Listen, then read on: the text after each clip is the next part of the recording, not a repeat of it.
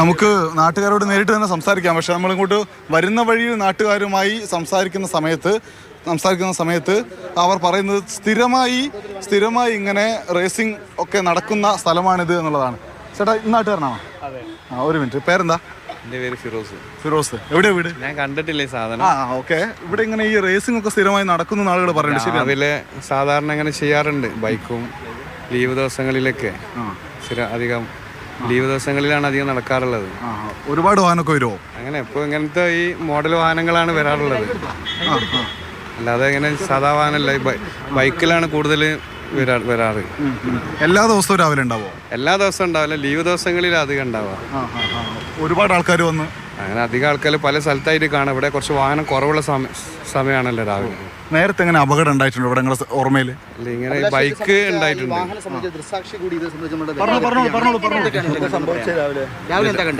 രാവിലെ കണ്ടെന്ന് പറഞ്ഞാൽ ഞാൻ റീൽസ് കണ്ടതാണ്. അത് കഴിഞ്ഞ ശേഷം എത്തിയപ്പോഴാണ് കൊണ്ടുപോയിട്ടുണ്ട്. അതായത് ഈ ആക്സിഡന്റ് പറ്റിയ ആള് റോഡിൻ്റെ അസൈഡിലേ ഇറങ്ങിയിട്ട് ഈ വണ്ടിയിൽ വന്നതാണ്, ഈ വണ്ടിയിൽ തന്നെ വന്നത്. അവർ തിരിച്ച് ക്രോസ് ചെയ്തിട്ട് ഈ രണ്ട് വണ്ടിയും വരുന്ന റീൽസ് എടുക്കുകയാണ്. അതിലൊരു വണ്ടി വന്ന് ഇയാൾ ഇടിച്ച് തെറിപ്പിക്കുകയാണ്. ഏത് വണ്ടി ഇടിച്ചെന്നുണ്ട് കറക്റ്റ് കണ്ടില്ല. ക്യാമറയിൽ ആ ക്യാമറ കണ്ട സാധനം കണ്ടിട്ടുള്ളൂ. ഏത് ക്യാമറയിൽ? ഇവിടെ ഈ അടുത്തൊരു ചെരുപ്പ് കട ഉണ്ട്, ഇവിടെ ഒരു 100 മീറ്റർ അവിടെ അവരെ ക്യാമറയിൽ വ്യക്തമായിട്ടുണ്ട്. എന്തായാലും സംഭവം നടന്നത് രാവിലെയാണെന്നും അത് കണ്ട ആളുകളാണ് ഇപ്പോൾ ഇക്കാര്യം വ്യക്തമാക്കിയിട്ടുള്ളത്. നമുക്ക് കുറച്ചുകൂടി നാട്ടുകാരോട് കൂടി സംസാരിക്കാം. എന്തായാലും ഈ രണ്ട് വാഹനങ്ങൾ, ഇവിടെയുള്ള ഈ ഇടതുഭാഗത്ത് കാണുന്ന വാഹനവും അപ്പുറത്തുള്ള വാഹനവുമാണ് അപകടത്തിനിരയാക്കിയത്. ആ രണ്ട് വാഹനങ്ങളും കസ്റ്റഡിയിൽ എടുത്തിട്ടുണ്ട്. നമുക്ക് കൂടുതൽ നാട്ടുകാരോട് സംസാരിക്കാം. അതായത് ഇന്ന് രാവിലെ 7:30 ഇവിടെ വെച്ചിട്ടാണ് അപകടമുണ്ടായത്. ഈ സ്ഥലത്ത് വെച്ചിട്ടാണ് അപകടമുണ്ടായത്. അപകടമുണ്ടായതെന്ന് പറയുമ്പോൾ ഈ രണ്ട് അപകടമുണ്ടാക്കിയ വാഹനത്തിൽ തന്നെയാണ് ഈ ഓടിച്ച ആളുകളും അപകടത്തിൽ മരണപ്പെട്ട ആൽവിനും എത്തിയത്. അവർ ഈ റോഡിൽ വെച്ച് ഒരു വാഹനം പുതിയതാണ്, ഡിഫൻഡർ പുതിയതാണ്, ബെൻസ് കുറച്ച് പഴക്കമുള്ളതാണ്.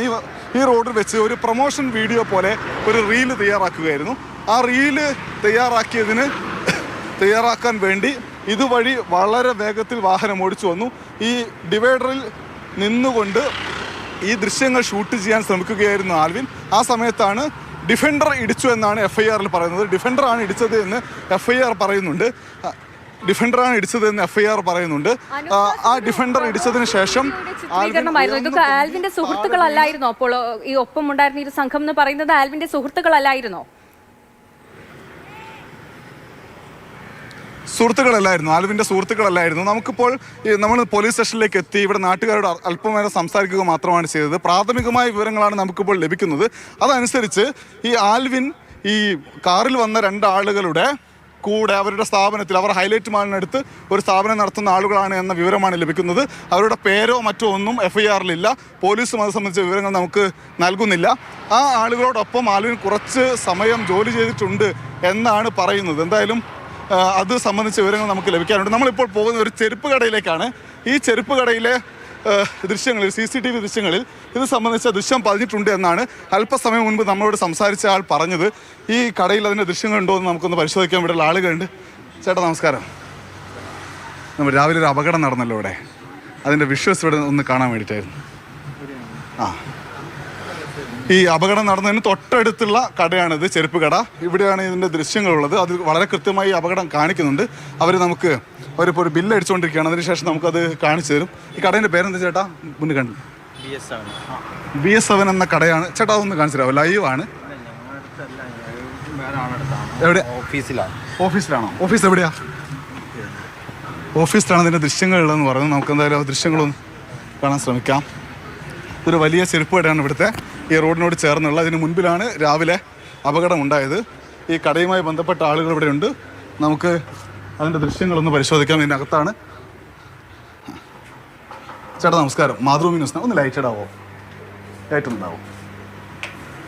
മാതൃഭൂമി ന്യൂസിനാണ്. അപകടം രാവിലെ ഇവിടെ നടന്നല്ലോ, അപ്പം അതിൻ്റെ ദൃശ്യങ്ങളൊന്ന് കാണാൻ വേണ്ടിയിട്ടായിരുന്നു. അത് റെക്കോർഡില്ല, നമുക്ക് വ്യൂ മാത്രമേ ഉള്ളൂ, വിഷ്വൽ മാത്രമേ ഉള്ളൂ.